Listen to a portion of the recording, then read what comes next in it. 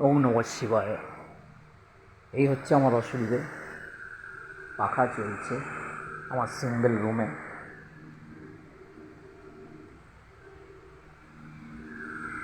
চেয়ারে শুয়ে আছেন বাবু।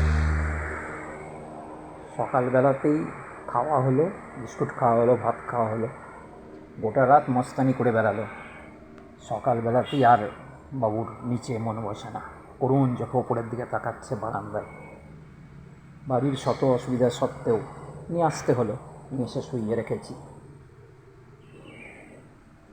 সকালে কমসে কম 8টা 9টা পর্যন্ত ঘুমোবে এখানে, তারপর আবার নিচে চলে যাবে। তারপর হাজার সাধনা করলেও থাকবে না, কেন বন্ধুবান্ধব আছে, মা আছে, ওর বোন আছে, দিদি। থাক, ঘুমো, ছোটো ছেলে।